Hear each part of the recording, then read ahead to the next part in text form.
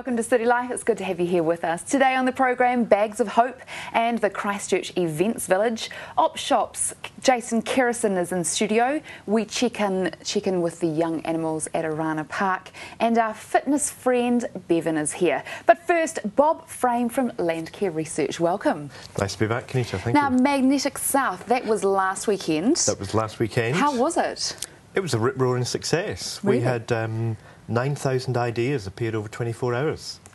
Wow. We had 850 people around the world took place. That was about 6 ideas a minute. That's amazing. Though we had nothing overnight, so it was about 12 ideas a minute at the peak times. Oh, wow. Sorry, 850,000. 9,000 ideas. Yes. 850 people. That's amazing, isn't it? In 19 countries. Wow. Yeah, so, for those people who are not quite sure what Magnetic South is, maybe we should explain it. Sure, no, that's a good idea. It was an online discussion to generate ideas about the future of Christchurch in a gaming format. So people put up ideas, others would then come back with counter ideas, and you would get points for how many people commented on your idea. Okay. So some people got a lot of points. Yeah, oh, really? Yeah. And what happens with those people with lots of points? Well, we really should have given them awards at the end, but we had a bit of an unfortunate incident towards the end, so it crashed. Yeah. So we never quite gave out the awards. Yeah. You didn't? Oh, so you were going to be giving out awards? Yeah. We had the Rutherford Award for the smallest idea. Okay. And we had the Edmund Hillary Award for the biggest idea. So scientific. Absolutely. All right, we were going to talk about this a bit later, but what happened? Why did the whole system crash? Kim Hill gave it 10 minutes on her Saturday morning show at 10 to 9, and at 9:05 there was just so many people around the country trying to get on that the software in Silicon Valley fell over. They couldn't cope with the demand. All right, and what did they think about that in America? They tried to put a good spin on it. Oh, what was that? That it was just a big success. We felt it could have done a little bit better than that, but yeah, right. No, we were pleased with just so many people on and so much interest in it. And those ideas have now gone to the City Council to go into the city plan. Okay, so tell us about some of the ideas that... There was all sorts. A lot of them were very similar to the Share an Idea thing the City Council's done, but a lot of these got a bit more depth. There was a lot about green buildings, carbon footprint, cycleways, and then there were some unusual ideas like rebuilding the cathedral using native timber, or bringing the rocks down from Rapaki and making those rock climbing boulders in the middle of the square. You know, so different things to actually make the city a bit different. Okay, so all these ideas go into like the Share an Idea ideas as well? They go into that thing, but they're also publicly available and will be for some time to come. Okay. So anyone can go in there and have a look and crawl through the ideas. So that's on Magnetic South? MagneticSouth.net.nz. Let's look at some of the people that were involved and where they came from. We had 19 countries. Obviously, the bulk of people were around New Zealand, but we were able to map everyone in the world who played and put that on a Google map. So again, if you go to the website, you can see there was lots of people in North America, there were some people in Latin America, Turkey, China, India, Indonesia, obviously Australia, throughout Europe, all playing the game. But we had lots of people from young people. I think our youngest was an 8-year-old, and we didn't actually ask ages, so we don't know who our oldest was. How did you know that, that the youngest was an 8-year-old? Because he came on and told us on his idea that as an 8-year-old he felt that this was important. Oh, that's great. I thought that was really nice. Now, these people from all around the world, Latin America, you say, are these New Zealanders or are they people from different countries? You don't know? We didn't ask. We just put it out through viral networks. It went out through Twitter and Facebook, and people picked up on it and came along and played. So any feedback from the City Council or from Sarah? Yep. We'll be an appendix in the city plan that's being written over the next 10 days. And Sarah have also been in touch saying, you know, maybe we could use this kind of technique in the future once the city plan comes out to have some more consultation on getting a bit more depth on what people think to these ideas. Okay. So this is the only time this will be done? Yep. It was a one-off 24-hour event at this stage. Okay. If we can do more, then that would be great. We think it's a useful tool for getting some big conversations going. What else is happening at Landcare Research at the moment? Well, it's been the end of our financial year, so we've been kind of doing lots of writing up reports, but there's a lot happening to do with a new greenhouse gases emissions group, new buildings being built for them. We're refocusing a lot on what's happening around 1080 and possums, and obviously a lot of work on biodiversity around the country. Do you think you could use this idea, this Magnetic South idea, with any of these? We'd like to use it on 1080, because I think the public consultation around 1080 issues is clearly getting bigger with the Parliamentary Commissioner's report, and that's the kind of thing where we could get, you know, views on how do we view that. and perhaps on the conservation estate, how can New Zealand really use the conservation estate to be of benefit for the country in a bigger way? If people want to get in touch with you at Landcare Research, how can they? We're just on the website, so www.landcareresearch.co.nz, and Bob Frame. All right. Yeah. Bob, thank you so much for coming on the programme. A real pleasure. Thank you.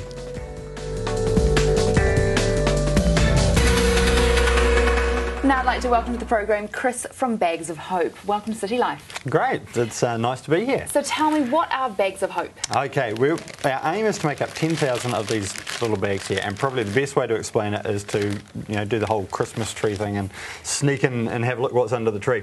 The first thing that people are going to get when they get a Bag of Hope is this beautiful piece of artwork. The Hope Canterbury colours, of course, got to have the Canterbury colours, and then on the back is the name of the people that have donated for that bag, and a brief message from them. And then people are going to find a nice couple of drink sachets there. They can sit down, have a nice drink. Whittaker's, they've come to the party, given us the good old peanut slab, and then to top it all off, a big block of Whittaker's chocolate. That's awesome. So where are these going to? So our aim is to get them out to people that have been hard hit in Canterbury.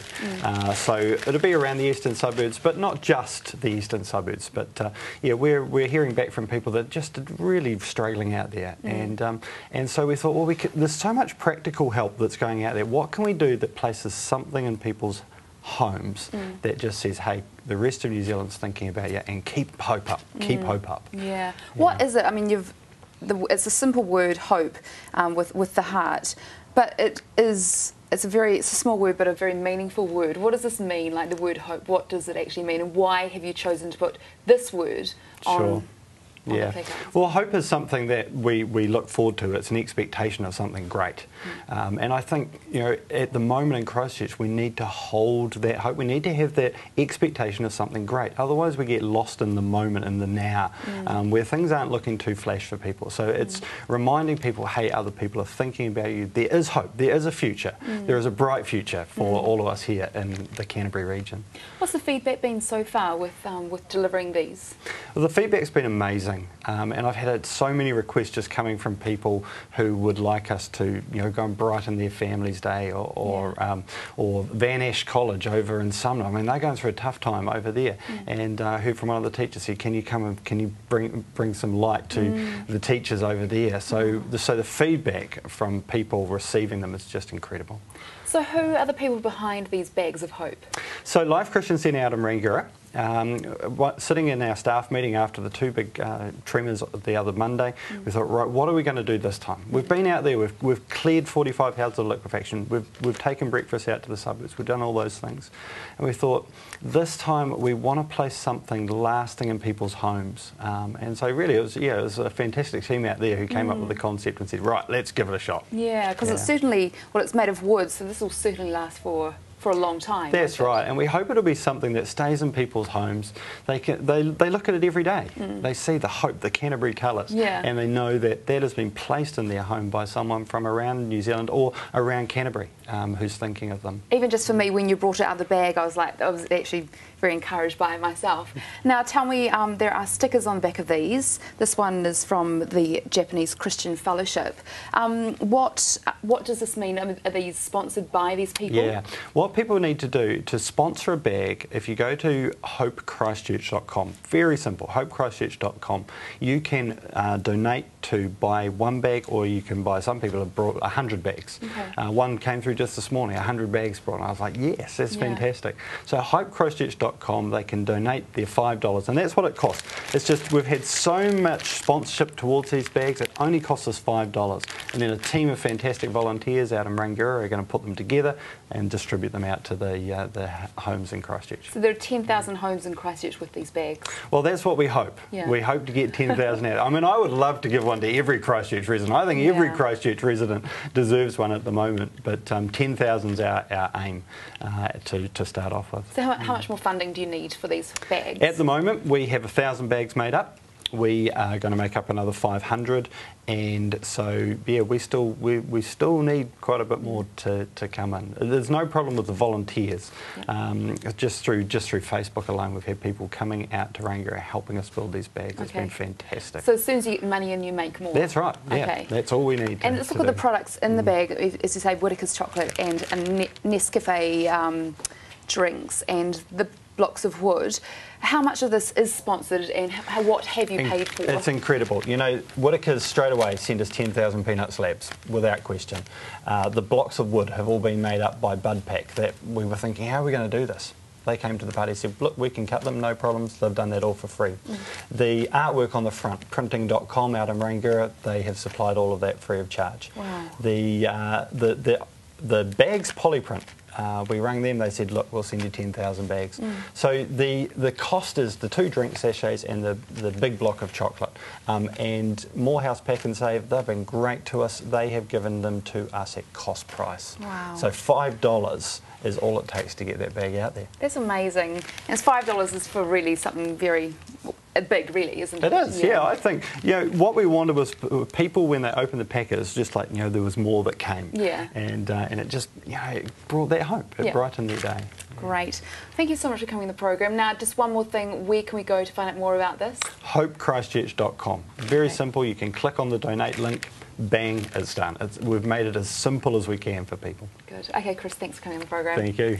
After the break, we catch up with Richard from the Christchurch Events Village.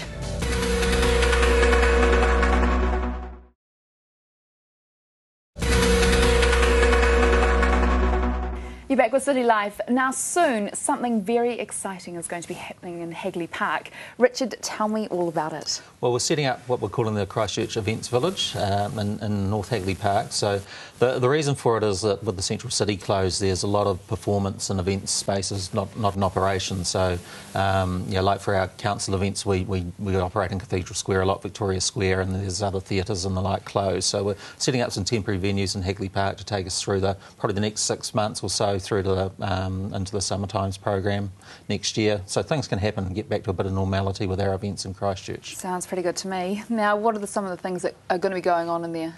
Well, starting next week, actually. The first up is the Canterbury Celebration Theatre. So that program starts next week. We're also, the Christchurch Dome is being installed at the moment, and it starts off with Laughs in the Park from the New Zealand International Comedy Festival. And one of the main reasons we wanted to get the venue set up is so we'd have the Kids Fest program operating in Christchurch. So some of the anchor events for Kids Fest will come in on the school holidays, July school holidays, which I think is really important. You know, with a few libraries and the like closed, to have some you know, make sure that program's really strong in Christchurch. We get then move through. There'll be lots of things booked in as well through into August when the Christchurch Arts Festival comes in.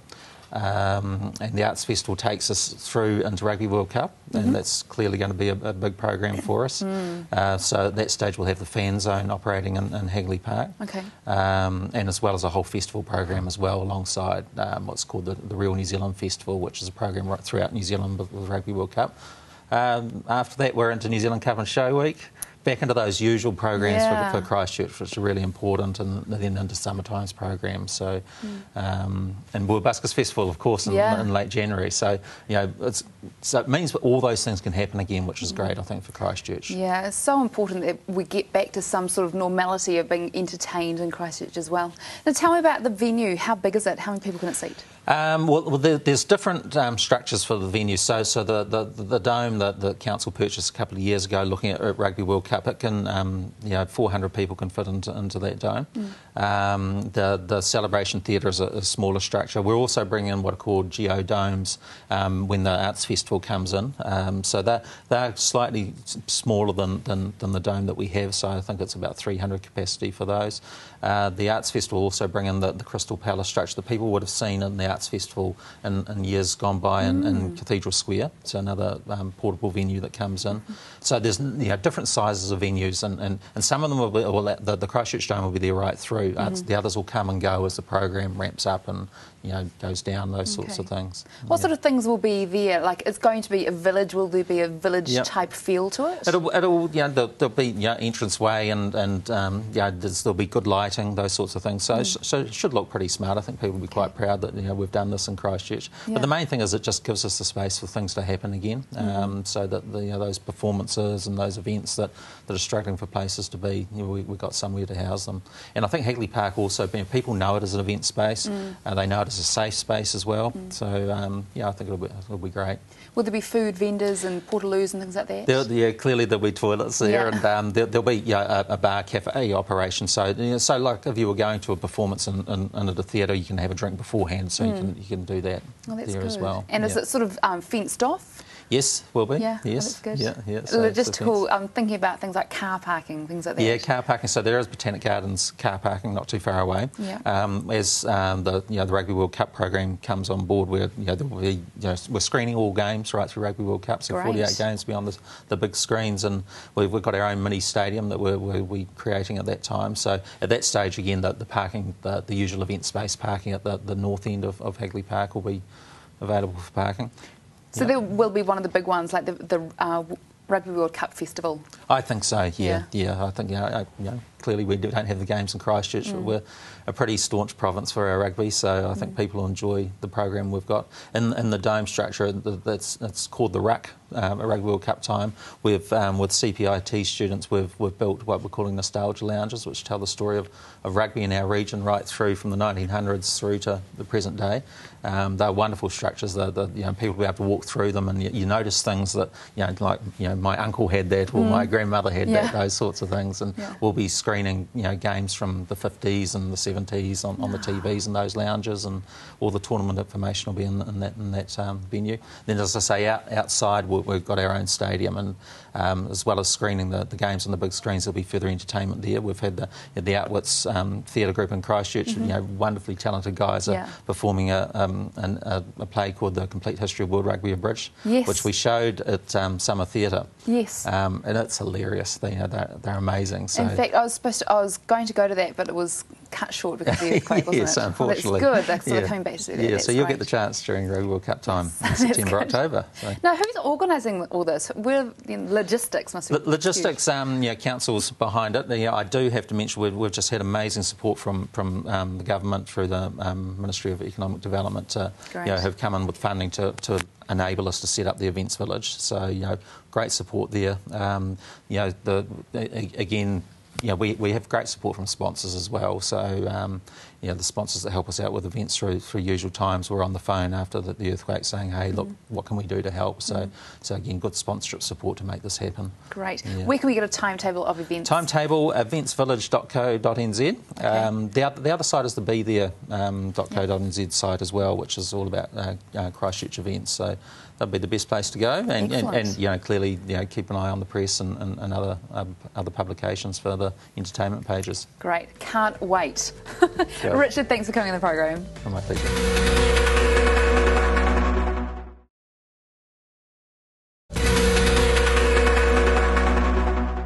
You're back with City Life, and I'd like to welcome to the program Jason Kerrison. Good to have you here. Thanks, very nice to be here indeed. So what brings you to Christchurch?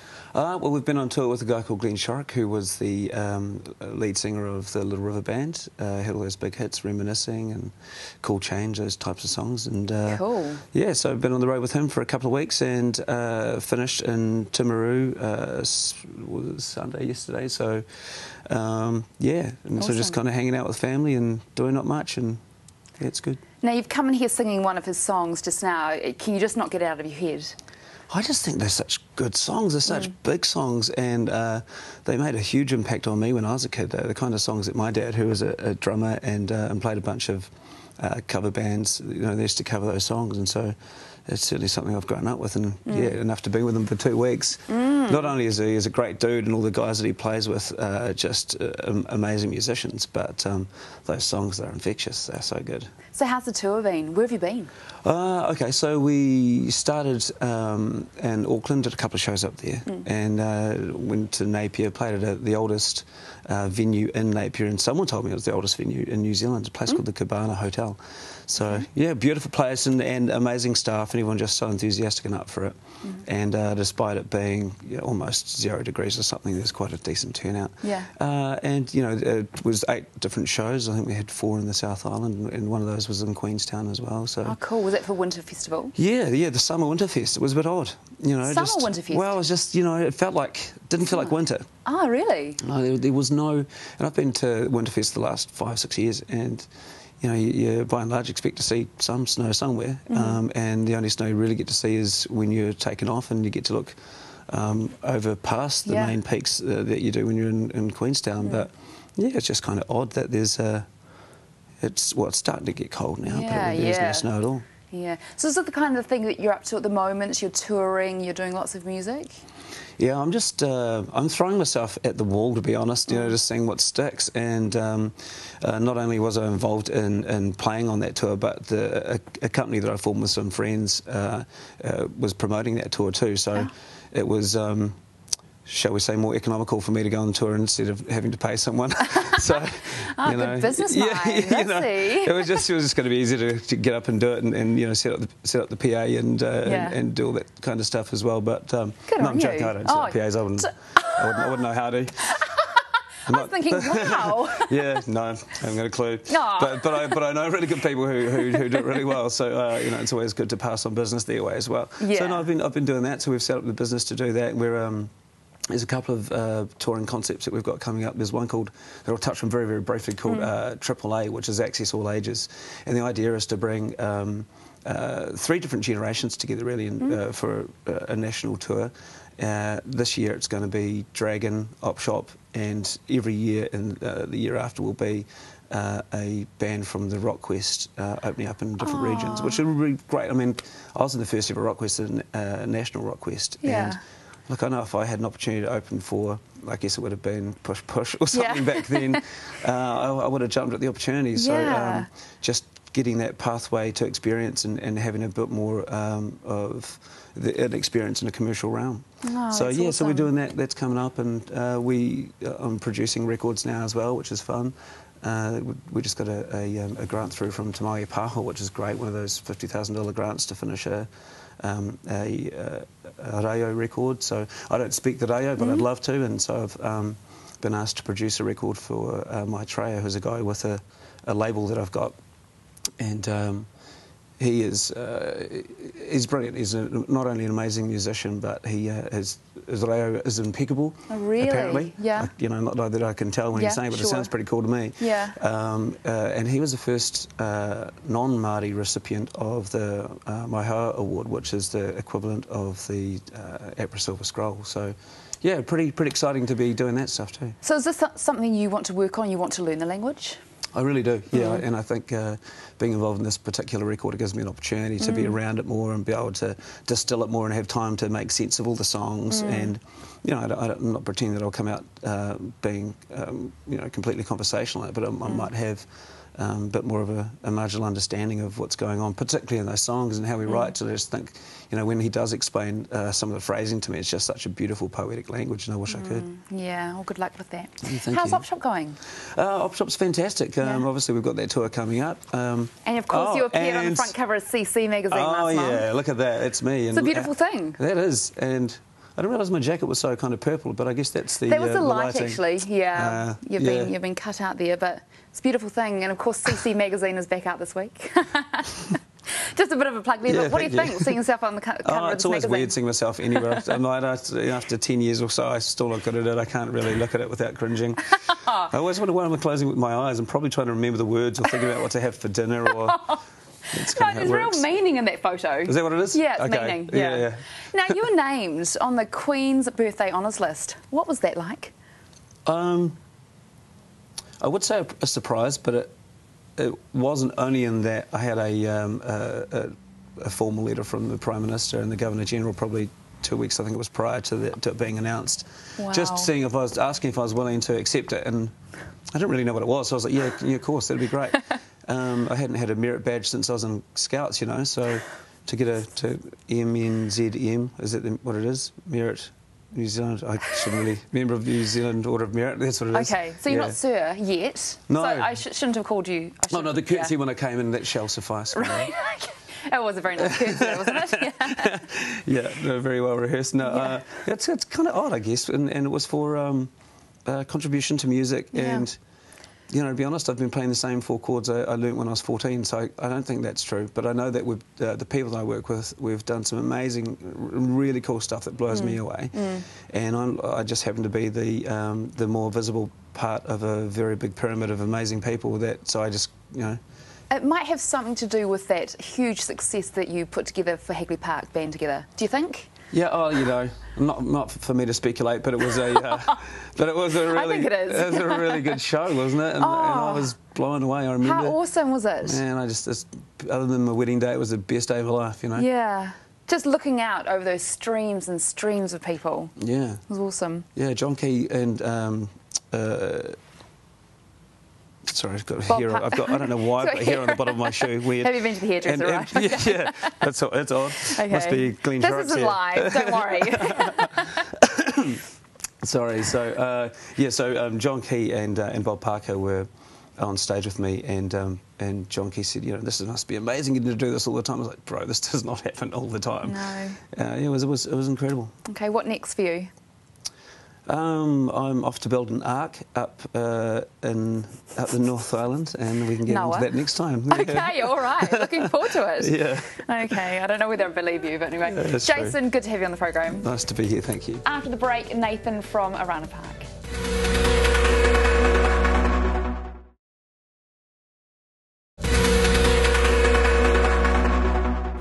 You're back with City Life, and I'd like to welcome back to the program Nathan from Orana Park. Thank you. Good to see you here. Likewise. Now, it's been a few weeks since we last caught up. That's right. So how's the park going? Well, the park's fine structurally, I guess, and all the animals are fine, thankfully, and all the staff are okay. Sadly, though, it's still tricky times for us. Visitor numbers are still down, so we still need people's support. Okay. The school holidays are coming up, so hopefully we'll get a few more people into the park. That's right. Now, the thing that I'm most interested in right now are the little baby animals that you talked about last time. Now, how are they going? We have some pictures of them. Shall we have a look at them? Sure, yeah. Great. Aw, the little cubs. The little lion cubs, yeah, these are little rascals, so they're just about to turn 6 months of age, so they're getting quite big and feisty, and we're actually just starting to work on integrating them and their mother back to the natal pride, so that'll take some time, but some good progress there, and they're doing really well. So how do you do things like that? Do you just like let them spend a little bit of time in there? Sure, it's we do it all through protective contact, I guess, so that they meet each other through mesh barriers in the first place, and we've got to assess that everything's going okay and everyone's happy, and then eventually a slide's lifted and they get to meet each other. So it takes quite a bit of time, but it will happen. Okay, so I mean they're little in that photo, but how big are they now? They've got a little bit bigger, but they're still, compared to their mum, they're still pretty little, so they're very cute. Yeah. Okay, and the giraffe? Giraffe calf, yeah. Her name's Savannah, so we've named her now. She's doing really nicely, as you can see on screen. She's a real cutie, isn't she? So she's only the second giraffe, or the second female giraffe we've had born to Harold, our male, and it's the first female giraffe since 1997. So she's a very special little girl. She's out in the exhibit most days now, so people can see her out and about, and of course they can hand feed the adults at 12 and 3. I was going to say, because she is probably a little bit too small for us to reach to feed her. Yeah, she doesn't quite come up to the platform just yet, but she's very cool. What about the rhino, Echo? Echo, he's just his normal bouncy self, you know. He turned one just a little while ago, but he's still a real hit, and we've got an encounter at 3:20 every day where people can see the rhinos up close, and that's the best chance to see Echo. He's a real force of nature, if you like. He pushes his way around and is quite a young boy, so he's pushing his way around nicely. Okay, well that's good. So that's a good thing that he's pushing himself around. Needs to be assertive, you know. He'll get told if he's doing the wrong thing. Who, by the others? They'll give him a nod. Yep. Actually, when I visited there a wee while back, he was being a bit naughty and the others were trying to get him into line. Yes, yeah, he does that. That's boys being boys. Yeah, Yes. I guess so. Now, let's look at things like the earthquakes. How are they affecting the animals? Sure, they still they don't like it, obviously, particularly the primates. They seem to be the ones that seem to notice it the most. The giraffes tend to freeze in the exhibit, but most of the others cope fairly well. But yeah, it's generally those primates that they don't like their housing and that sort of thing. If they've been inside, it can be too noisy for them and they may be alarm calling and that sort of thing. But they settle down a bit afterwards. The keepers give them a good bit of reassurance. Well, that's good. I mean, those giraffes, they've got a long way to fall if they were to fall over. Yeah, pretty big, aren't they? Yeah. So they just tend to stand still, thankfully. Right, yeah. Now, so what's the sound around the park when there is an aftershock? Is it noticeable around? Yeah, it's really noisy. Yeah. It sounds like there's big trucks coming down the road or a tank coming through from next door. So yeah, you really hear it out there. It's very noisy, and it seems to be quite different out our way to into town. We're on the riverbed out there, so you tend to roll across it a bit, but yeah, still like everyone, not nice. Yeah, the sound with the animals, what that sort of sounds do they make? With the alarm calling of the primates is just their normal sounds, but they're quite noisy at times. The lemurs, they're called the dogs of the forest, the black and white lemurs, they make a bit of a barking sound, so that's just a bit more exemplified when there's an earthquake. Now, a lot of these animals, they come from sort of warmer climates, so how do they cope in winter here in Christchurch? Oh, sure. Well, we look after them nicely. All the primates have heated housing, so I guess on frosty mornings they tend to, like to be inside for a little bit. But all of them they're fed well, so food in the belly is warmth, and they all have, all their shelters are protected from the southerly and the like, so they have warm bedding and they're fed well, so that keeps them warm and healthy. Now, school holidays are coming up, so a good time for families to get along to Orana Park. And of course, we will be giving some family passes away here on City Life, so looking forward to that. But, what are some of the things that we can look forward to at the park these school holidays? Sure, well, aside from seeing all the little babies, during the Kids Fest holidays, which is always the July holidays, we have a kids in free deal. So up to 2 children, aged 5 to 14, can come in free with each paying adult.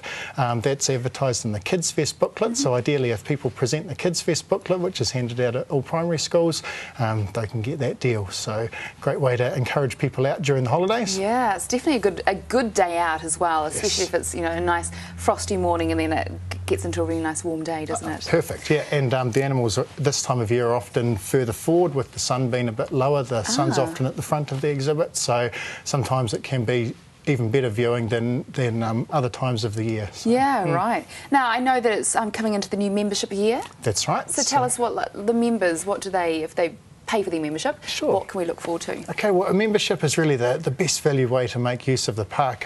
As you mentioned, often visits are quite long. We have 16 animal feeds, and on average people spend about 3 to 5 hours on any one visit. So it's quite a long day, and we know that especially if there's little ones, it's quite a long way to walk around. So a membership is 2 times the normal park entrance, and it means people can visit us as often as they like until 30th of June next year. So it's great value for people because they can visit us as often as they like. From our point, it also helps us because it gets people through the door. But it's a great way because people can just turn up for the giraffe feed, for example, and then come back another time. So there's not the pressure to have to see everything in one day. Exactly. So great value way to make use of the zoo. Yeah, definitely. I mean, I think for me, for some reason, I always turn up in the afternoon and it's almost closing time. So I think I'm going to have come to earlier. come earlier or get a membership. That's right, exactly. Now, gorilla enclosure, is that something where you're still working on and looking forward to? Sure. Well, at the moment, given the current climate, things have been pretty tough. We're in a mode of getting through at the moment, so hence why we're pushing our membership so hard at the moment. So all capital projects are on hold for now. So that includes things like our frog exhibit that we're building. Some of those that are underway, we're relying on outdoor contractors as well, and naturally they're busy tending to other things at the moment. So yeah, that at the moment is on hold, but we'll keep people updated. Now, I know for a fact that you have an adopt an animal scheme. That's right. Now, I think if I was to adopt an animal, it would be one of those little cute little lion cubs, or maybe one of those. Are they angry dogs? No, hungry dogs. What are they called? Angry dogs, wild dogs. Wild, Yeah. wild dogs. That's right. Yeah, So, they are pretty wild. Yeah. They are. Actually, I feel a bit sorry for them when they're given some meat. They're all brothers, aren't they? Sisters. Sisters. Yeah. Siblings. That's right. They're given that one carcass and they have to share it. It's actually really interesting and very intriguing watching them rip that carcass apart. That's right. That's at 4 o'clock each day, and it's actually one of our better feeds. They're very vocal animals. It's what they do in the wild. They're amazing animals. They're almost like the piranhas of the land, where they latch on and they really tear things apart. Yeah. So they're amazing creatures, but yeah, they're a great animal to adopt as well. Yeah, exactly. Yeah. So you can adopt them as well? Oh, definitely. The Adopt an Animal program is a great way for people to support an animal of their choice, if you like. So it's a way to people being a part of the park. So the membership gives them the unlimited entrance. The adoption is a way to support the conservation work that we carry out. Okay, so we can't exactly take these animals home. No. I don't think I want to take a wild dog home anyway. No, Was you a really wild wouldn't. dog? I've forgotten again. That's right, it's wild a wild dog. Wild Right. dog, yeah. No, they look cool in the exhibits, but you certainly wouldn't want one on your couch. Or a Definitely lion not. cub. No. Okay. They'd have it in no time. So how can we find out how to adopt an animal? Well, you can contact us through all the usual means, phone, or our website's got all the details. So that's oranawildlifepark.co.nz. Awesome. Nathan, good to have you on the programme. We'll catch up with you again in the school holidays. Thank you. See Sounds how you're great. going. Excellent. All right. Thank you. Now, here's Jeff Morton.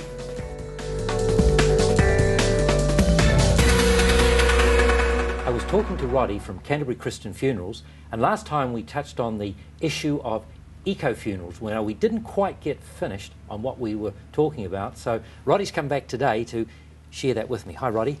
How you doing there, Jeff? Pretty good. Yeah, it's a big topic. It's a very big topic. And it's a new topic, and there's for us, it's almost an exciting topic, if we can say that. Sure. It's something new and fresh that we can offer people. And one of the issues that we've found is that there is quite a lot of practical differences. Right. And one of them is, if we're going to have an ecological burial where nature takes its course with fewer restrictions, then the grave has to be shallower. Right. And one of the issues that we have is that the backfill material isn't necessarily going to be the sand, shingle, clay mix that is found typically in a Canterbury cemetery. Right. And particularly on the plains, it's a lot of heavy rocks and everything else. So one of the things we look at is that we have to backfill with organic material. And that material, by its very, very nature, tends to subside quite quickly. Yes. So one of the issues that we have is that the backfill is going to happen over a period of time. As the soil settles, as the casket settles, and as nature takes its course, then that grave needs to be topped up and backfilled. And so it's not actually appropriate to do an ecological or an eco burial in an existing cemetery, because you would end up with a different look, and the graves side by side practically wouldn't necessarily be able to be utilised, because the ground may take a year, 2 years for the ground to be solid enough to put machinery on, etc. So what we're doing is we're moving from our British heritage of 200, 300, 400 years where everything was lined up to something returning it to nature. We're going, exactly, and I think the key word is organic, Yes. in the sense that we're going away from that rigid formality, we're going to a green space. It has a different look, a different feel, and it has a different set of challenges. Right. And for us, those challenges are, how do we get the perception of the public that they're actually getting what they want? There's going to be a continuum. There's going to be those who would want that carbon offset, you know, and they want the formal headstone. Correct. And that's fine. That can be done, and that can be done now. We can plant trees on their behalf, and there's a number of companies who do that. However, those who want at the far end of the spectrum, they want the full meal deal, as it were. They want that complete and utter carbon neutral, positive enhancement of the environment. Right. Then that takes investment, and the Selwyn District Council is prepared to sacrifice a pine plantation which they had planted for income to do this, to reclaim an area which has been utilised in the past for industrial purposes. It was used as a shingle pit. Yes. We're going to take that, we're going to turn it into parkland, we're going to replant it with appropriate flora from the Canterbury area pre-European settlement. We're going to encourage the bird life back into it. We're going to put the park benches in there, the little walkways, and all of a sudden, instead of having that formal cemetery, we're going to have that space where we're more than happy for the grandkids to come along and kick a ball around while Grandma sits there and remembers Granddad. Indeed. Now, we've talked about the environment. Obviously, the caskets are different. Absolutely. And there is a number of certified caskets which are made from sustainably grown plantation pine. All right. So it's very traditional. The caskets we provide, they look like what we would have seen 100 years ago, but slightly, the finish is a little better. Okay. But they don't tend to be lacquered. Right. They have, rather than having any MDF component or manufactured wood component, they may have a plywood base which is ecologically certified, which we can source this board from North Canterbury. There are a number of choices there. To as simple as literally the pine box, to more elaborate artifices, I guess, and constructions. The handles, will they be rope or wooden silk? or rope? Yes. Or metal. Right. And when I say metal, they'd be a ferrous metal so that they would naturally rust in the ground. But prominent choices are wood or a very heavy rope that you'd see down on the docks, ship hawse type rope. Okay, fine. And again, the grave is dug on an angle, or is it? How that happens is probably going to be dictated by the landscaping plan. Okay. All right. Rather than a rigid east-west orientation, yes, headstone, that sort of thing. Right. It is going to be much more according to what's the actual physical environment that we have to deal with. Right. So one other topic that we've got to look at, and we haven't quite got the time to do it today, is the embalming process, because I guess with an ecological funeral and a traditional funeral, there is a difference. Absolutely, and there's some significant differences, and I'd be more than happy to come back and have a chat about that. We'll look forward to that. Jolly good. And we've been talking to Roddy from Canterbury Christian Funeral Services, 208 Limited, 24 Sheffield Crescent in Burnside in Christchurch, telephone number 35 888 07.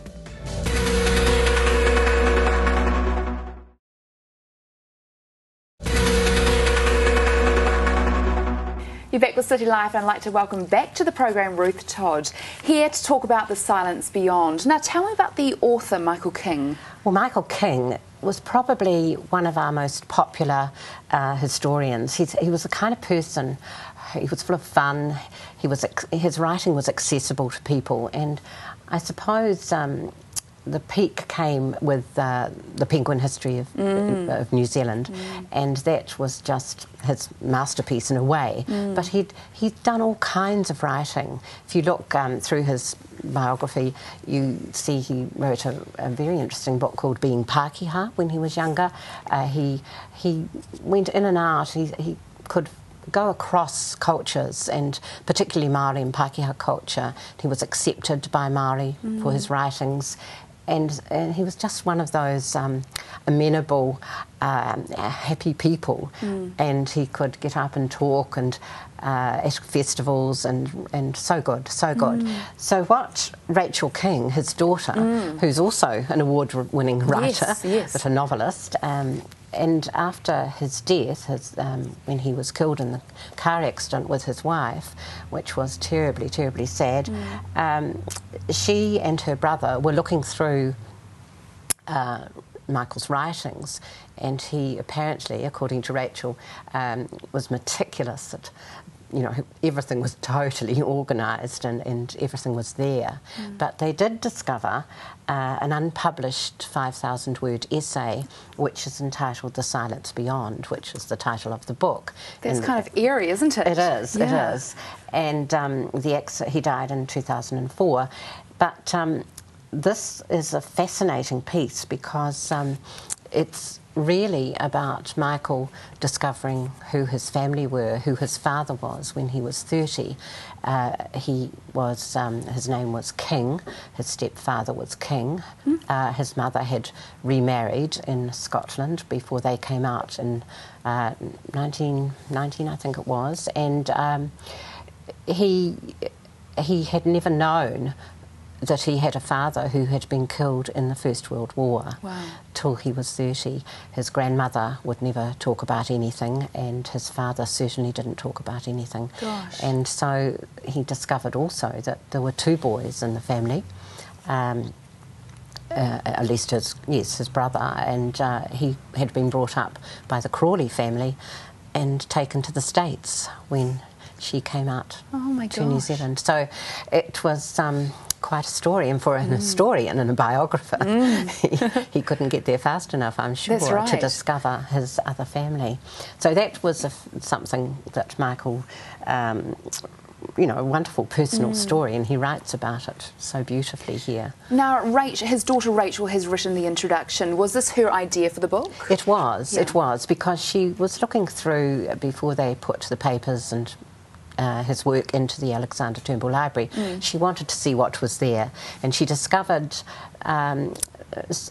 essays and pieces of writing that had been out of print that were interesting to people. She discovered the eulogy that he did for Janet Frame's funeral just a month before his own death, and of course he did that wonderful biography of Janet Frame and Frank Sargison and Dame Fina Cooper and lots of other people. So she thought, why not put together a series of unpublished, well, not all, some were unpublished, yes, the essay. And she wonders if, when I was talking to her, she wonders if that unpublished piece at the beginning, The Silence Beyond, might have become part of his biography, which he wanted to write himself, his autobiography. Wow. He didn't really want anyone else to write it. Of course not. What writer does? And what a biographer does. Yeah. Everybody but me. Yeah, that's right. Now, what are some of the highlights, just finally, from the book? Well, I think for me, reading that Janet Frame, the eulogy for Janet Frame, was very special. A piece that he wrote, that he spoke, and I was there, so it brought back memories, at an Auckland Writers' Festival, when he and Carl Stead were on the same panel and they didn't really get on, and he kind of finished that piece by saying, well, I've said complimentary things about you, Carl, so I'll sit down and allow you to say complimentary things about me. and I mean, that's Michael. You know, always a fun little piece. The wit and sparkle was always there. And I think the first piece about finding his family was very special. Right. So I think this is a treasure. You know, it's for people who've loved his work and who want to dip into something. It's a dipping into book. But I'm very glad Rachel's done it, because it kind of brings him back again. Not that he's gone in his writing, he'll always be there, but it's just a collection. You've got a whole lot of little things together. All right, Ruth, thank you for that. Now, we do have a copy of The Silence Beyond to give away. You can give us a call, 3777 033, or you can email me, kaneta@ctv.co.nz. All I want to know is who wrote the introduction to Michael King's book, and we'll pop you into the draw. Ruth, thanks again for coming on the programme. Thank you.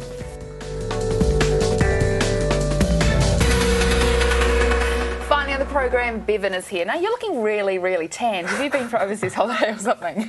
You've really put me in it, haven't you? Yeah. I'm a part-time supermodel, okay? Sometimes I do part-time modelling, and in Christchurch it really means nothing. And I had to do a shoot this week where I had to be a little bit browner, so I don't normally do sunbeds. Yeah. And I've burnt my bum. I don't know you'd say that, yeah. But I love the way that you've worn a white T-shirt, so you can show if you've got the tan, you must make the most of it, you know? If you've got it flaunted. It's the middle of winter, you know? Just going back to the point, you're a supermodel? Wow, part-time. Yeah.